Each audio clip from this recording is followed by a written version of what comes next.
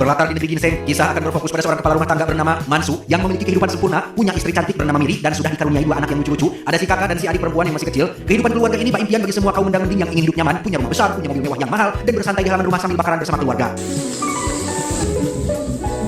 Seperti peribahasa yang mengatakan tentang roda kehidupan dan perekonomian kreatif yang selalu berputar, kehidupan Mansu yang bahagia mendadak hancur tatkala dirinya dipecat dari pekerjaan setelah 25 tahun setia mengabdi di sebuah perusahaan pabrik kertas yang memang hanya kertaslah satu-satunya bidang keahlian yang ia kuasai.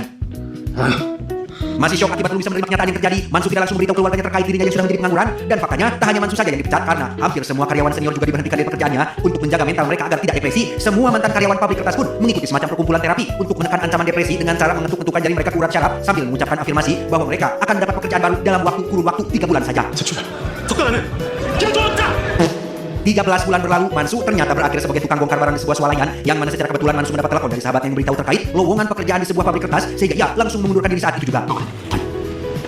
Wawancara pun berlangsung serat ketika Mansu harus duduk tepat menghadapan bulan cahaya dari gedung depan yang membuatnya sulit untuk fokus pada pertanyaan yang diajukan. Terlebih lagi, ia bukanlah kandidat satu-satunya yang melamar karena masih ada belasan pelamar kerja lain yang mewawancara di perusahaan ini. Dengan fakta bahwa kini Mansu menjadi pengangguran dan belum pasti kapan dia kerja lagi, Miri sang istri pun semakin menghemat pengeluaran seperti mengurangi jatah menu makanan, menghentikan layanan Netflix, menjual barang-barang yang sekiranya tidak penting, termasuk menitipkan kedua anjing peliharaan kesayangan si adik bungsu kepada kedua orang tuanya. Belum cukup menekan pengeluaran, Miri sang istri bahkan punya ide untuk menjual rumah ini dan tinggal di kontrakan yang lebih sederhana. Ketika pembeli datang untuk melihat-lihat, mereka mendapati sebuah pistol tua milik mendiang ayah Mansu yang dipajang, termasuk memeriksa kamar tidur tepat saat Mansu masih sedang pakai celana. Tak ingin kehilangan rumah dan semua kenangannya, Mansu pun langsung mendatangi staf perusahaan kertas kemarin untuk memohon sambil mengemis agar bisa diterima bekerja. Kebetulan di sana juga ada satu pelamar bernama Choi yang sempat bersikap kurang sopan kepada Mansu. Choi mungkin akan mendapatkan pekerjaan ini karena selain dekat dengan staf perusahaan alias orang dalam, Choi juga terlihat seperti bukan orang yang benar-benar membutuhkan pekerjaan, yang hal itu bisa dilihat dari media sosialnya yang masih bisa liburan dan hidup senang-senang.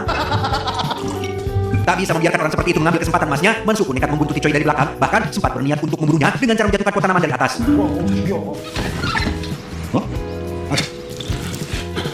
Untungnya muncul penghuni rumah yang berhasil mencegah Mansu melakukan hal itu, tapi tetap Mansu akan mencari cara lain untuk bisa mendapatkan pekerjaan tersebut.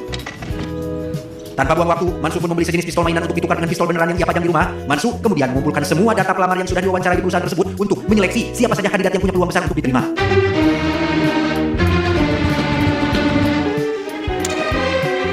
Dari sekian banyak pelamar, Mansu mendapatkan 3 nama orang berprestasi dan paling berpengalaman dalam bidang kertas, sehingga sekarang targetnya sudah jelas bahwa Mansu hanya tinggal mengeliminasi ketiga orang tersebut dengan cara apapun supaya hanya Mansu lah satu-satunya kandidat yang berpeluang untuk diterima di perusahaan tersebut.